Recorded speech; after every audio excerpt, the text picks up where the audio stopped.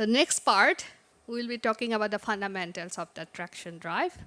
And you should be able to now understand why CPSR, constant power speed range, is important. And of course, why also high power density and efficiency important. And how to calculate power required by a traction motor from very fundamental equations. And we will list some of the key challenges, okay? So this is what we'll try to do in the next half. It may not be 60 minutes, okay? I think we did it. If we can finish earlier. So let's try to understand the CPSR first. All of those who drive car, you know when you start with first gear, right? And then once it accelerates, you change to second gear, third gear, and so on as you increase your speed. So when we do that, what the internal combustion engine does is gives us a torque versus speed characteristic is somewhat like this, shown here. Okay? You have somewhat about a constant torque when you are in first gear, when you are accelerating. And as you go from there to the next speed and so on, change gear, you get your torque requirements or the force requirements start to reduce. Okay, so we get this type of torque speed characteristic in a internal combustion engine forcefully. The internal combustion engine's characteristic is not like this. We achieve it through those gears. Okay? But in an electric motor, we can design the motor like this, having a torque speed characteristic, a constant torque, and reduce as the speed increase. We can design it like that. Okay, so that's the biggest advantage of a actually electric motor compared to a combustion engine. Okay, we can get this natural characteristic required by traction drive out of the motor very easily.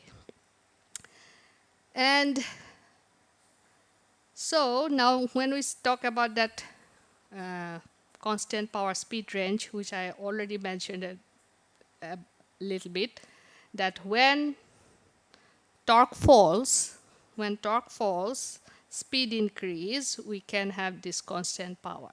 Okay, so up to what speed you want to keep this power constant? What's the significance of it?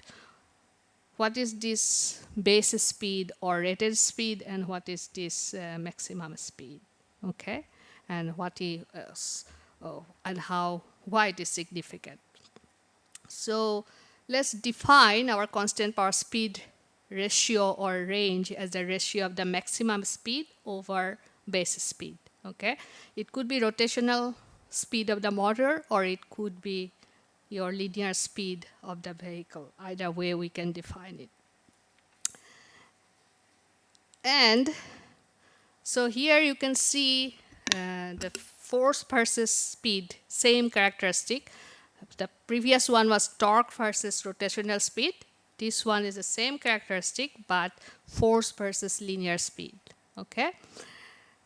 Again, this is your minimum speed up to which you accelerate in your first gear.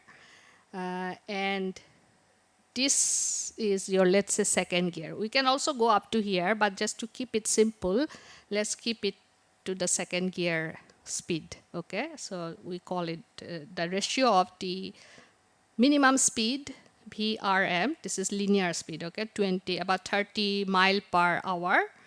And let's say the second gear, it goes to 60 mile per hour. So the ratio of those two is 60 to 30 is about 2, right? So that's the ratio here. Now, to understand its significance, let's start with a very basic equation. We all know force is mass time acceleration, right? From Newton's law. So from there, the force over mass m can be acceleration dv dt. And if we just rearrange it, and we will be able to actually calculate out how much acceleration time if we integrate it, right? mass integrating from 0 to the maximum speed of the second gear, dv over f, and time required to accelerate 0 to tf integrating dt. Okay, but in this range from 0 to W max or 0 to VRV, we can divide our integration, or we can separate our integration into two components.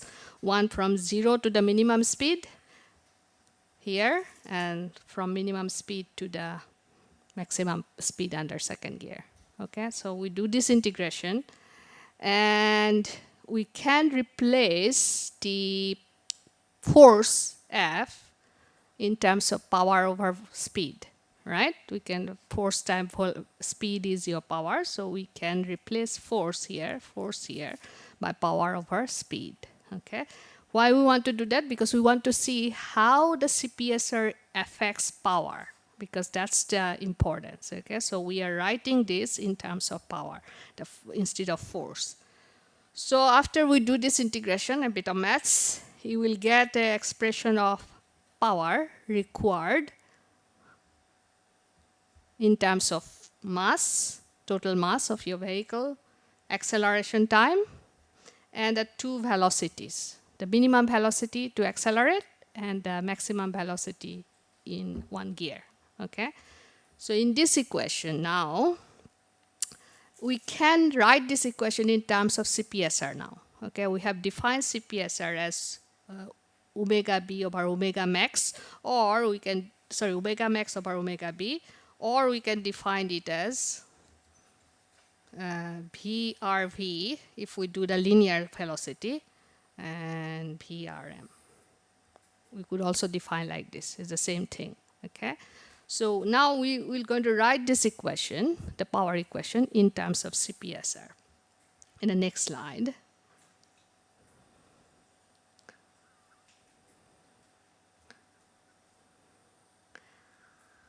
So if we do that, and we could write it also in terms of rotational speed. So if we write it in terms of rotational speed and rotational speed, then this mass becomes our inertia. Okay, mass time square of the radius. Radius here will be the radius of the wheel, okay, of your car. So if we write it in terms of rotational speed, it becomes inertia over 2 times acceleration time square of the maximum and minimum speed. Okay, and if we now consider this CPSR, that's what we have defined previously, which could also be, we can consider as omega Rm over omega Rv, or Vrm over Vrv, same thing. Let's say the CPSR, if your base speed is, let's say, 0. Okay, if your base speed is 0, then your CPSR is infinite, right?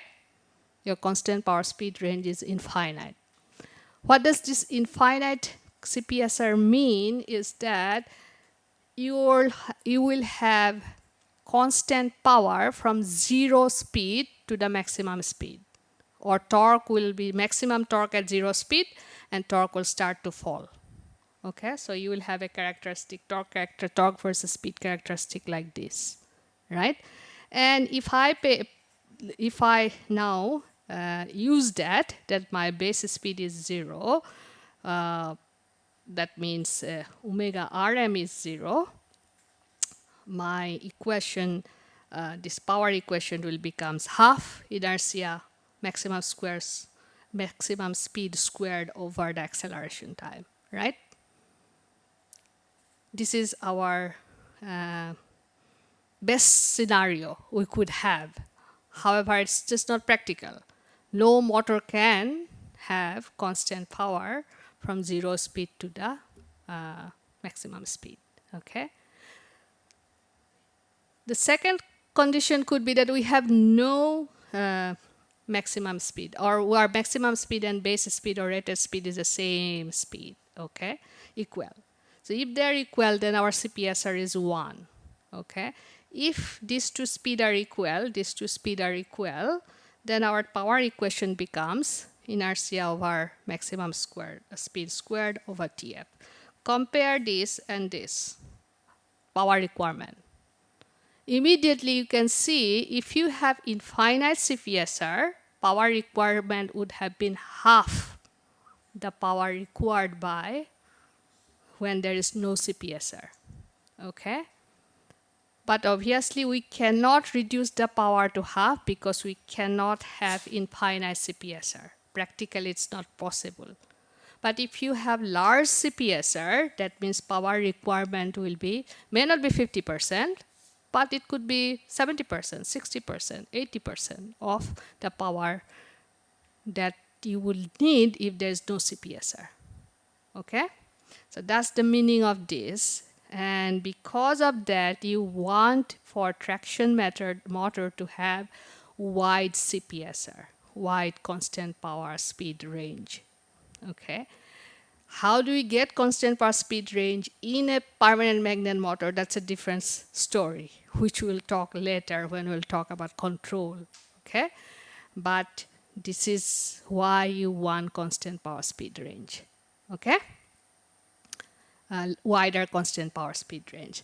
And in our 2020 Freedom Car specification, the speed they have proposed 2800 as their base speed and 14,000 as their maximum speed. So ratio is about 5, right?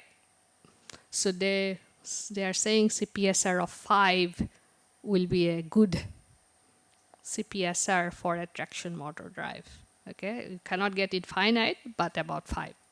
Okay, is a good point, good starting point.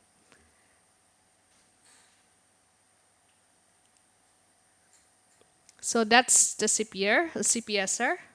The next, let's look at what's happening in the current, what is the current trend in terms of density, making the motor lighter or making the powertrain, electric powertrain, lighter and compact. Okay, let's see what's happening there. So if we consider just a motor, a conventional induction motor or a DC motor, the power density is actually very poor. Okay, they are because these motors, when they have designed conventionally, we have never ever optimized them to reduce weight or reduce mass. Our goal was to increase efficiency maybe, or just to get whatever torque we want. We hardly care about material that we are wasting, right? The copper, the electrical steel, everything, we have wasted a lot, and we hardly cared about making them lighter or smaller. But in case of electric car, remember you have very limited space, right? You are replacing this where you have your internal combustion engine. You are replacing that with a motor and a power electronics converter. So you have very, very limited space. So you have to have certain size, okay? And that actually has forced designers to look at the power density, okay? We can define the power density two ways. One is the volume, that means the size, the power versus power over volume, that is kilowatt over liter or kilowatt over meter cube. And other one is known more as specific power density, which is kilowatt over kg, okay? So specific power density is very, very important actually for electric aircraft, because for electric aircraft, rather than size, weight is much more important, right? So for electric aircraft, when they design motor, the biggest goal is how to make it lighter. That means kilowatt per kg, how to make it as large as possible.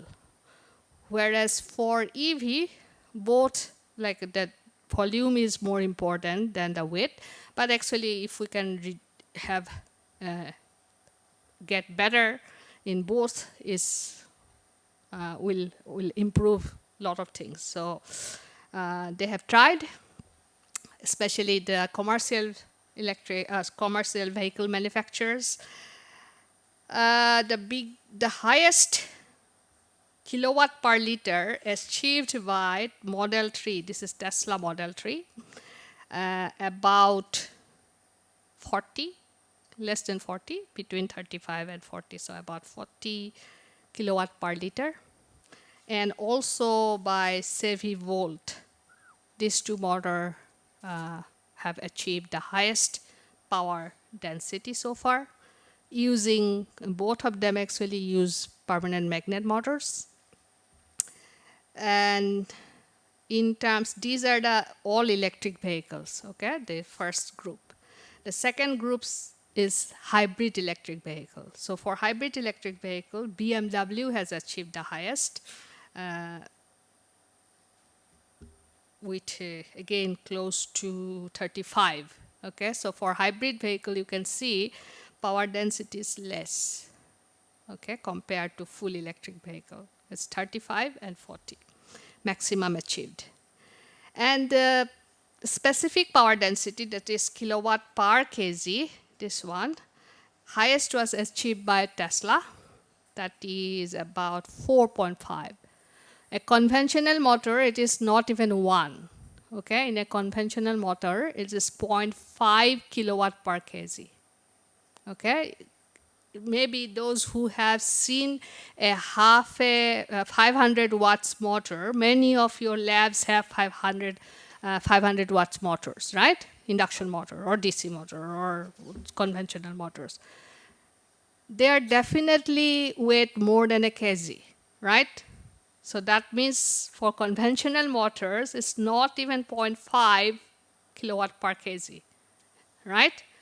And look at what has been achieved in the electric vehicle, 4 kilowatt per kg. So a motor of 4 kilowatt weighs only a kg, okay? So same thing for the, I think for hybrid electric, it was achieved by Chevy Volt, okay, but less, about 3.5 kilowatt per kg.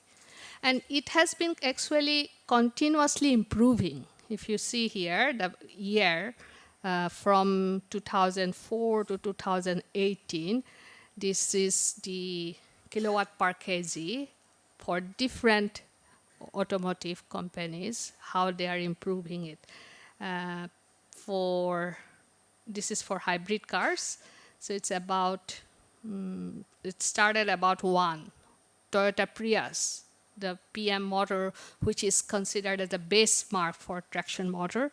So they started with about 1 kilowatt per kg and have improved by 2018 to close to 2 kilowatt per kg. Okay, and these BMW, I think they have achieved about 3.5 by 2018, but they're still improving it. Okay, so we have data here only up to 2018. So how did they achieve that? We'll look into it. Okay, it's a challenge. How do you make a motor so light, or how do you make a motor so small? Okay, so that's one of the challenge. And so if we look at the overall, the motor plus power electronics together, because it's not just a motor, you also have the power electronics together, which gives you the actual power density for the whole powertrain, right? So this is data for 2010 to 2020. Motor, you can see the kilowatt per liter improvement and kilowatt per kg improvement and cost reduction, okay, for the motor alone here. And this is for the inverter. Okay, same thing, you can see improvement in cost, improvement in power density. Okay, and together, overall improvement in the last 10 years. Okay, and of course the efficiency. Okay, efficiency is also improving. The challenge, as I said, is high power density means you have a very small motor, means you need intensive cooling. So when you have to consider cooling while designing the motor, that means your motor is no longer an electromagnetic problem. It becomes also a thermal problem. So it becomes a multi-physics problem. Okay?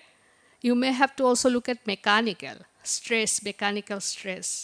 So if we consider mechanical, thermal, and electromagnetic together while designing the motor or power electronics even, it becomes actually a multi-physics problem. Okay? And you want to optimize, or you want to, let's say, maximize the densities, maximize the efficiency. So that becomes your goal, right? Your objective. So it becomes a multi-objective problem. Okay? So motor designs is no longer simply a design problem. It's a multi-physics, multi-objective problem. Okay? Let's look at also the case of efficiency. Okay? So here in the previous slide, you have seen the efficiency, okay, 95% efficiency, greater than 95% efficiency. It's okay for laymen to say a motor efficiency is 95%. But those who are expert, actually 95% doesn't mean anything, because efficiency for motor is not a single point, it's a map. Okay? Efficiency of a motor is actually a map. Okay? You have to look at the efficiency, torque versus speed, various torque, various speed. And you can get many different efficiency for different operating conditions. Okay? So when they say 95% efficiency, they mean that it's only here for an example motor case, let's say traction motor case. Okay? And this is 95% efficiency is only when you are driving the car in the city driving.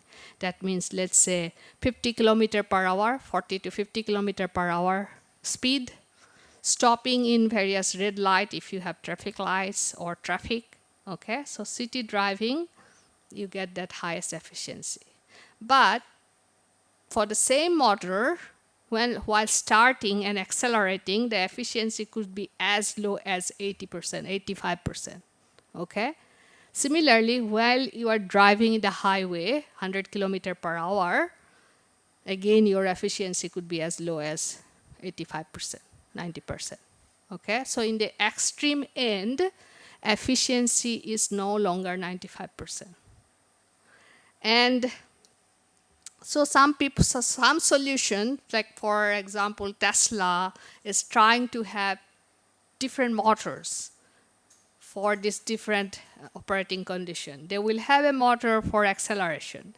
They will have a motor for city driving. So you will have more than one motor in the car, okay? One for highway driving. So they optimize that motor, which is used for highway driving, to have highest efficiency here, okay? Or the motor they are using for starting could have the highest efficiency here, okay? But if you want to have more than one motor, remember, we have space constraint. The car, we don't have unlimited space. We have just limited space. So putting 3 heavy motors is not a solution again, right? So that's another thing which we should, research area which we should think about. As efficiency, even though we have achieved 95%, maybe we can push the efficiency only another 4%, let's say 99% maximum efficiency you can get. No more than that, right? Just not possible. Physics will not allow us. So, but this is only, even though it's only 2 to 4% increase, but it could be a big effect on many other things, okay? So never think that, okay, we have only 2% efficiency increase. What does that mean? But that 2% efficiency could have a bigger impact on the whole system. But optimizing efficiency is a big, again, it's not straightforward because it's all linked, right? So we could have where does this efficiency is related to losses, right? So you could, three main losses. One is your copper loss in the wires, iron loss in the magnetic core, and the mechanical loss, right? 3 losses. So usually when high torque, you need high current. So during the acceleration, your copper loss is highest. And in the highway driving, when you are driving at high speed, your iron loss or core loss is highest, okay? And so if I want to reduce core loss, I have to reduce core loss or iron loss is function of frequency, and frequency means speed, and the magnetic flux, okay? So if I want to reduce iron loss, I have to either reduce my speed or I have to reduce my flux. But if I reduce magnetic flux, I will also reduce my torque and power, right? Same thing, if I want to reduce copper loss is I square R, so I will either reduce my current or I will reduce my resistance, right? So if I reduce current, again, I will affect my torque, right, and power. And if I want to reduce resistance, maybe there will be your wire size will be affected, right? R resistance is coming from the length and your cross-sectional area of the copper wire. So that is also may not be feasible. In other words, they are all interlinked. Okay, efficiency improvement is all interlinked. So again, it becomes actually optimization problem. There is a trade-off. You have to trade off between your torque, power, and losses. Okay, so it's again an optimization problem. And efficiency optimization is mostly could be treated as an electromagnetic problem if we don't consider thermal, but for more aggressive design, it could become a multi-physics problem because the thermal will come, okay? If you put more current in a smaller area, it becomes a thermal problem, okay? How to dissipate the heat effectively. So the next part is we spent about an hour. That's okay, right? Yeah. Okay, so now let's look at what type of motors are being used. When we talk about, although this course is about PM motor, but let's see what other type of motors are being used and how they compare in terms of power density, efficiency, etc. And again, you can see some of the most recent proposed motors in the commercial vehicles. OD has proposed in 2025 to use induction motor, okay, induction motor. And BMW has proposed to use current excited conventional synchronous motor. Other than those two, all are PMSM, permanent magnet synchronous motor, okay? Kia, Tesla Model Y, Model S, Model 3, Lucid. Lucid is one of the most recent, and this Lucid is, they have achieved in one battery charge 600 kilometer, okay? So, but how did they do it? Just putting bigger batteries actually, no, and making the motor a little bit better. Not some very innovative something, okay? But they claim to have the highest or longest range with one battery charge. They have 3 motors, you can see. Their voltage is 924 DC battery voltage, Okay, as I said, 800 volt, so they're even pushing for 901 kV volt. Uh, if we compare the very basic of these three motors, that's induction motor, permanent magnet synchronous motor, and conventional synchronous motor, stator is exactly same for all three motors. I can use a stator of an induction motor, just replace the rotor with a permanent magnet or with a synchronous motors rotor, okay? Induction motor, you will have copper bars or aluminum bar in the rotor, case induction motor. In case of conventional synchronous motor, you will have DC winding in the rotor, DC excitation winding. And in permanent magnet, you will have permanent magnets, okay?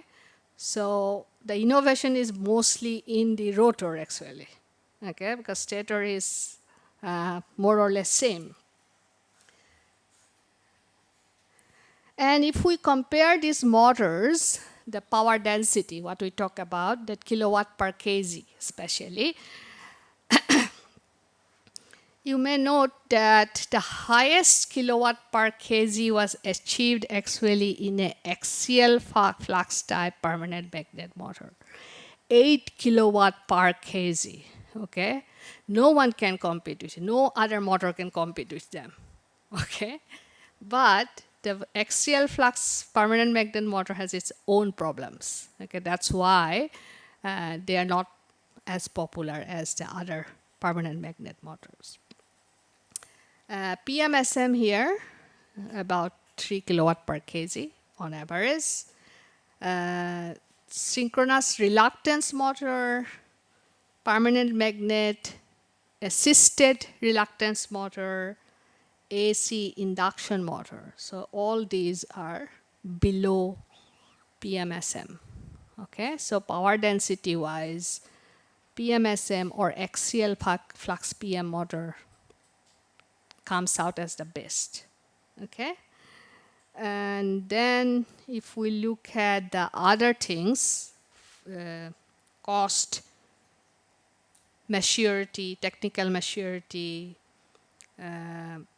torque density, power factor, efficiency, etc., you will note that not that PMSM always comes out as first, okay? Some other motors are also good. For example, let's say torque density. So torque density, green one and the blue one. Green one is actually synchronous reluctance motor. Blue one is conventional synchronous motor. Okay, WRSM means rotor excited synchronous motor. Okay.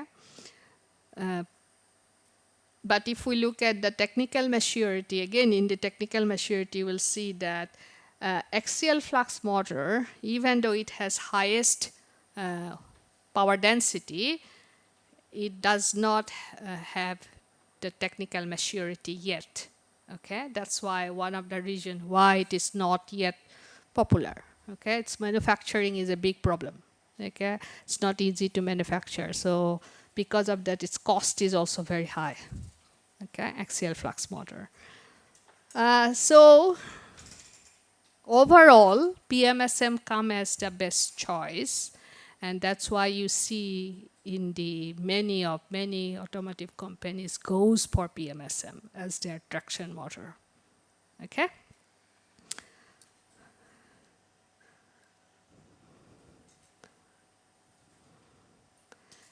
Same thing, you can look at the efficiency. So induction motor, conventional induction motor, actually good. You can get the highest efficiency point for high speed. Okay, but they are not very good at high torque region. Okay, and the synchronous motor, conventional synchronous motor, again, they are not very good for high speed part. Whereas PMSM relatively can cover both the high torque region and the high speed region. So that's another why they are popular. Okay, PMSM.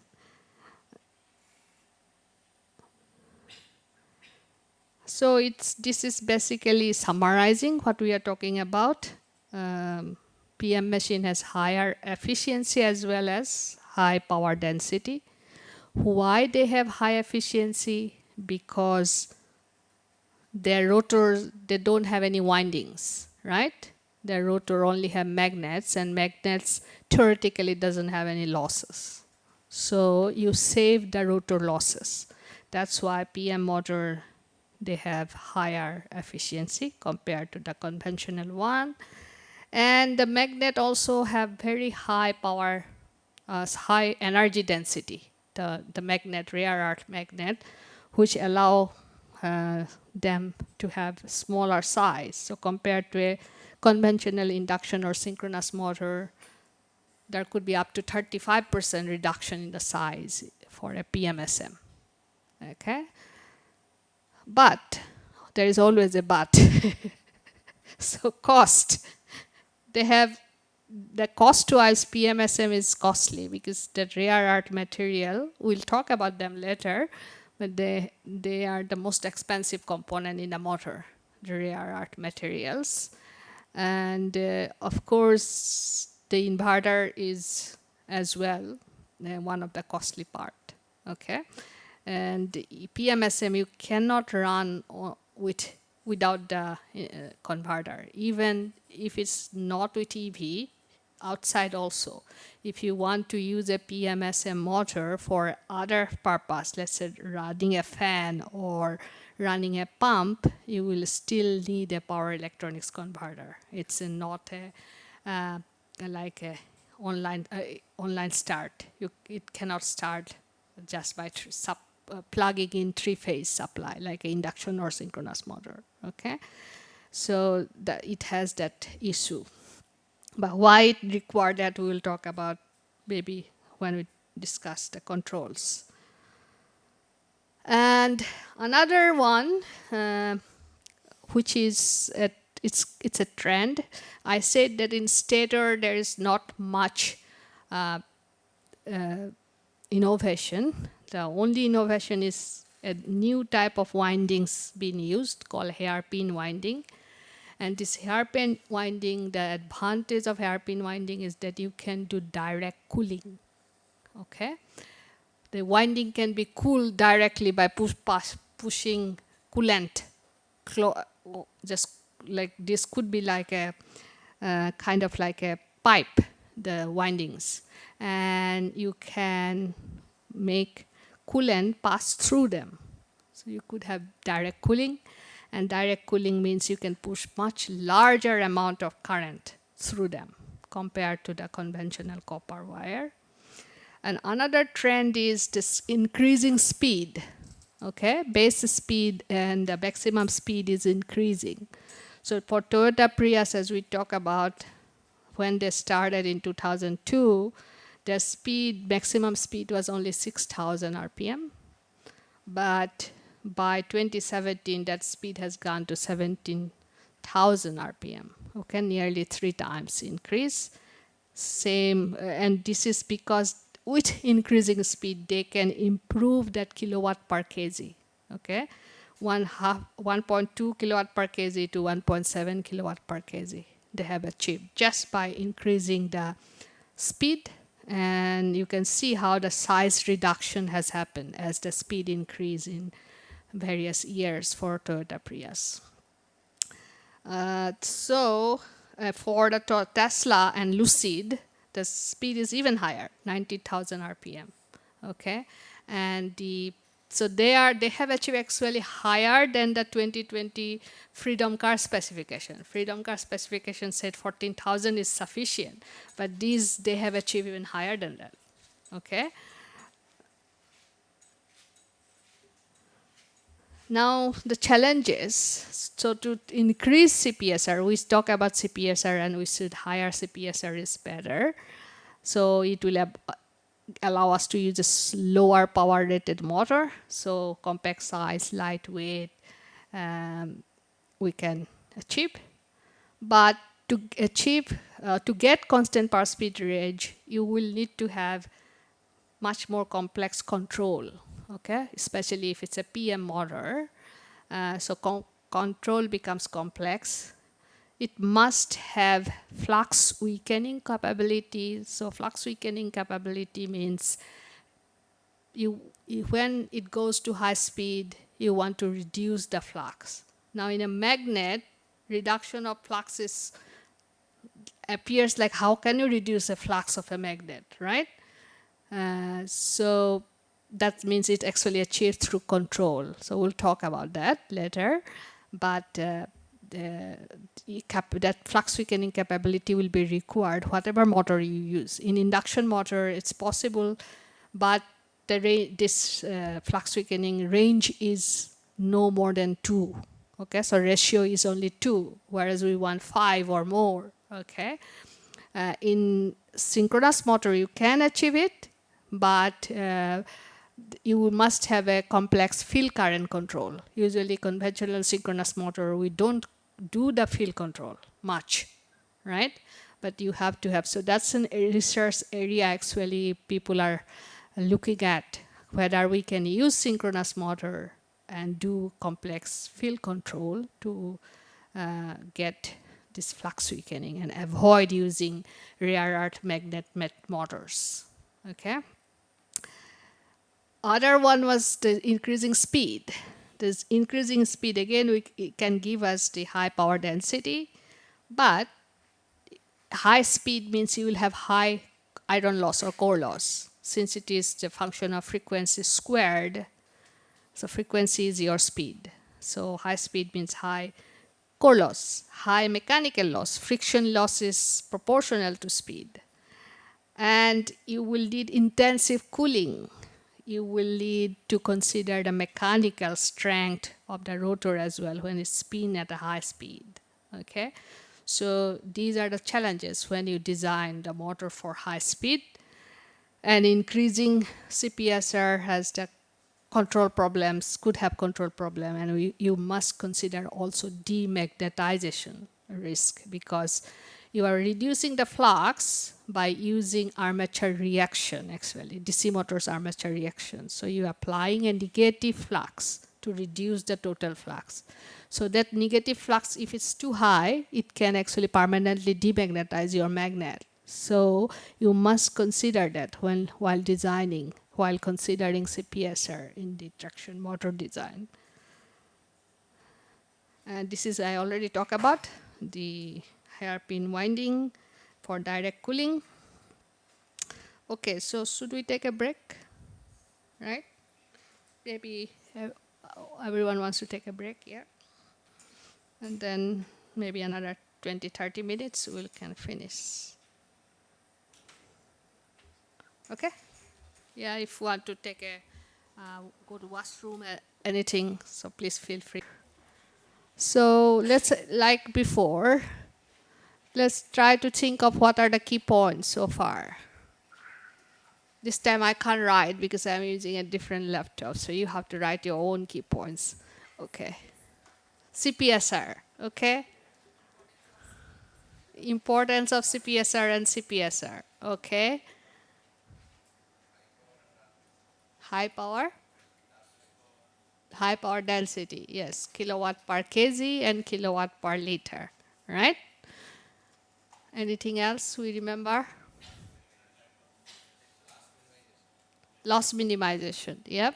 Copper and core loss minimization.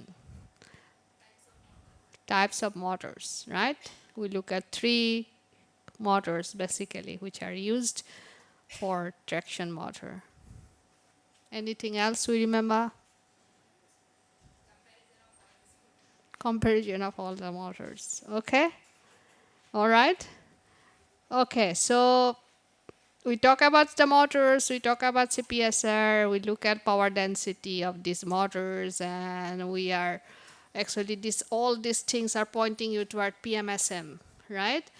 But just remember that PMSM may not be always your solution, okay? Sometimes for some applications, some other motors could also be good, but you may have to compromise somewhere. Like you may have to compromise on efficiency or power density, but you may want to have a cheaper motor. So in that case, maybe motor without permanent magnet is good. Okay, so always remember that it depends on application as well, and your requirement. Next part actually we would like to talk about is how to calculate the power for a traction motor. Okay, and we will start with, in fact, the very basic equation. This equation probably some of you are familiar, or most of you are familiar, right? This is called torque balance equation. So your left hand side, Tm, is the motor torque, J is the inertia and the acceleration. So that component is sometimes known as acceleration torque. After that, you have D is the friction or viscous friction coefficient times the speed. This torque is sometimes referred as damping torque as well. Or the last one is the load torque, TL. And this equation is like common for any motor driven system. Okay. Usually the inertia, the total inertia, could include the motor inertia as well as your load inertia together. Okay. And if you have gear between your motor and the load, which is in our traction drive system, we will definitely have a gear, a reducer usually. You can see there in the picture here. Let me just get the, can I get the, sorry, this is your one, so I'm not sure, the laser pointer. Maybe here or here. This one maybe. The laser pointer. Yeah, that one. Okay, so that's good. Thank you. So you could have the gear, as you can see in this bottom picture. So you could have a viscous coupling, that is your d omega m. That will, the viscous friction is represented by this torque, 3 omega m. And then you have the gears, okay, a reducer or reduced gear systems, speed reducers, basically. So if you have gear, then we could refer the load torque to the motor side. So this is how do we refer them? Usually you multiply your this friction coefficient D or your inertia J by square of the gear ratio. Okay, this referring from one side to other side comes from the same concept as your transformer. You may remember, you can refer secondary to primary, primary to secondary. So it is somewhat similar. You can refer from motor side to load side. And its concept is also same. When you refer from primary to secondary side, you multiply it by square of the turns ratio, right? So here we multiply it by the square of the speed ratios, okay, which is the gear ratio. So we can write the same torque equation also if we have gear, referring everything to the motor side. And when we do that, we will multiply the motor and load torque by the square of the gear ratio, and the damping or coefficient also by square of the gear ratio, and load torque we multiply it by the gear ratio, okay, not square. Remember that torque is not multiplied by square, it is only the gear ratio. So same equation can also be used for geared system after referring the quantities. And in this we will be interested to calculate actually this Tm, that motor torque, as well as the power related to it in a electric traction system. And the load torque, TL, is your actually tractive force demanded by the wheel. Okay, so if we know TL, and we can estimate inertia and also damping coefficient roughly. So we will be able to calculate out the motor, the torque demanded from the motor and power demanded from the motor. So this is what we will try to do, okay, in the next slides. Now, what are the forces that the motor has to overcome? First of all, you have to overcome the gravitational force, right? That is mass. So let's consider the worst case. When a car moves on a slope, it requires the highest amount of force, right? So let's say the road has a slope of an angle beta. So then the force, the gravitational force is mass times gravitational constant g times sine of that slope angle, sine beta, is the force, gravitational force, need to be overcome by the motor, first force. The second one is the force on the friction force of the wheel. When the wheel moves on the road, it has to overcome the friction of the wheel tire on the road. So that force is also in fact related to your gravitational force, but it's cosine component, okay? mg cos beta. So this force, this rolling, is sometimes referred as rolling resistance force. This force is in fact is always present whether you have the slope or not, okay? If your slope angle is 0, this becomes mg. If you have slope angle 0, then in fact this gravitational force mg sine beta becomes 0, okay? So if you have slope, that you have an additional force, mg sine beta.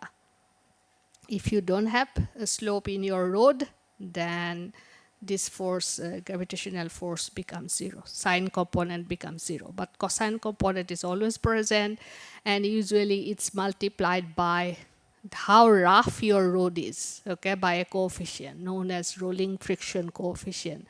And this coefficient is empirically determined, so you can find out what is this value for a rough surface or for pitch road or for concrete road or whatever, okay? So this value will be different, usually less than 1, 0.4 to 0.35 to 0.4, about that. You can find, actually, if you look for it, possibly even for Indian roads, you may find this information, what is the rolling coefficient for Indian pitch road. For, I think, US or even for some Australia, it's like 0.35 something. So for India, it will be similar, maybe slightly different, but you can find that value, okay? And then third one is the aerodynamic drag. When the car moves, car has to overcome the air force from the air, right? Air friction, basically. Okay, so this, which is known as aerodynamic drag force, and it's calculated from the density of the air, half time density of the air, multiplied by the cross-sectional area of the front of your wheel, AF, times the square of the velocity, times a coefficient or constant known as aerodynamic drag coefficient, CD. And this CD is, again, could be different for different vehicle because it depends on the design of the vehicle, actually. For example, here at the bottom, you can see there is a kind of like Jeep type of vehicle where the front area is much larger. So this coefficient, CD, is about 0.5, whereas for a passenger car where your front area is relatively smaller or narrower, it is 0.3. Okay, and so it could be different for different type of vehicles. And so this force, this aerodynamic force, we should also remember that this, if we multiply this force by velocity, we get the power, right?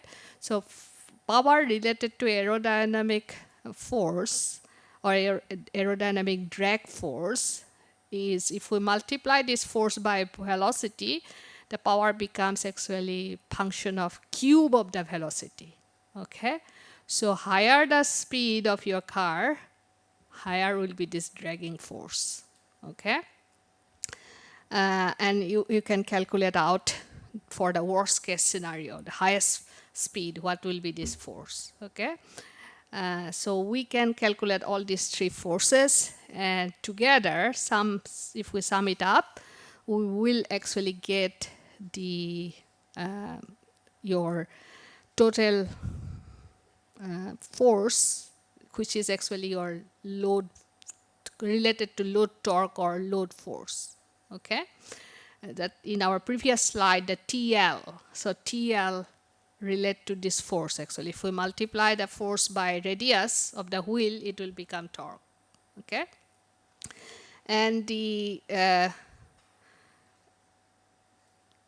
if we ignore the damping coefficient, usually d is very, very small. In our previous torque equation, d times omega. So if we assume there is very little viscous friction, d is very small. So if we ignore d omega m term, then in terms of force instead of torque, the difference between the motor's tractive force required from the motor minus all this force that we have to overcome is equal to your acceleration force. Okay, if the car is not accelerating but just running it steady state, then this term becomes, this accelerative term becomes zero. Okay, at steady state this is zero. So at steady state, tractive force is equal to the force required by the tractive force of the motor equal to the force that it need to overcome, which is the rolling resistance, air drag, and the gravitational force if there is a slope. Okay, so we can calculate out from there what is the force required from the motor. And if we multiply the force by the radius of the wheel, we'll get the torque. Okay, so very easily it can be calculated. And usually, when we express it in the terms of force and linear velocity, this mass is multiplied by a factor higher than 1, known as sometimes it's called the rotational inertia coefficient. This in fact just account for mass of the motor or the mass that is present in the additional mass that is present in the car, like passengers, let's say, or weight or something. Okay, so this factor increases the total mass of the car body. And this equation, that when we convert this to torque by multiplying by the radius, which is the wheel radius, we will immediately know what is the torque required by the motor. And this equation we can compare kind of a very basic equation of let's say the pulley system. Okay, in pulley system, remember a motor is in the has the rotational motion, and a mass moves linearly, right, going up and down. Car, it is actually same thing. The motor rotates, but the car moves linearly, right? It's not going up and down, but it's going horizontally, moving at a certain velocity. So using that concept of this pulley drive system, we can calculate out also the equivalent inertia of the rotating mass in the motor system. Okay, you can compare these two equations here, and this linear mass moving up is equivalent to a equivalent inertia, the mass time r squared. Okay, similarly here, so that means the total inertia is not just the inertia of the motor, but this m times r square. So that means the inertia is slightly higher. So that's the factor which is accounted by this Km in our equation. Okay, this is the equivalent linear mass, equivalent inertia when you convert it. So we could calculate torque, and we can also calculate power directly from there. So this is the starting point. Actually, if you are doing a traction design, this will be your starting point. Okay, calculate the torque and power from this basic equation, and then from there onward you do all rest of the things. Okay. This is an example. I think we'll share the slides later, right? So you can look at this slide. This is a numerical problem, a very simple numerical problem, which shows how you can calculate this power from for a car moving with a slope. Okay, how these forces are calculated numerically using those equations just we talk about. Okay, I can give you a few minutes to have a look because it's just maths. I don't need to read out. You can look for yourself. Okay.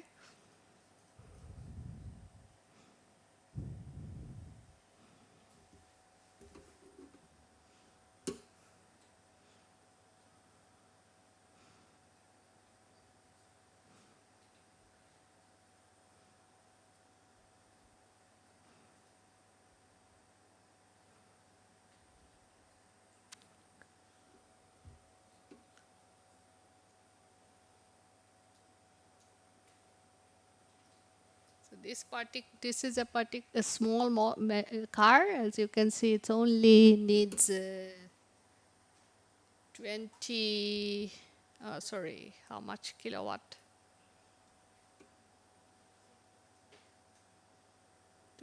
29 kilowatt. Okay, it's relatively small motor using a 42-volt battery. So it's just kind of a small system. Okay, but you can use the same process to calculate the power of any other car. Okay.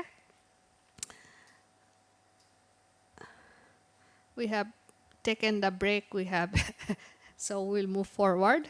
So this is the last part of today's. I think we'll take maybe 20 minutes. Will be okay, right?